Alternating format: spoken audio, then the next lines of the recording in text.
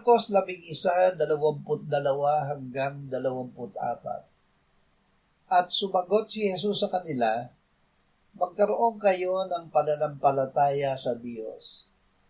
Katotohanang sinasabi ko sa inyo, na ang sino mang magsabi sa bundok na ito, mabunot ka at mapatapong ka sa dagat, at hindi nag-aalinlangan sa kanyang puso, kundi naniniwala na mangyayari ang kanyang sinabi, ay mangyayari nga iyon sa kanya.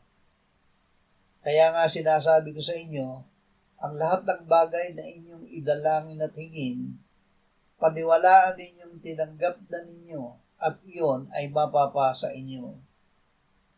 Ipahayag ang pagtanggap.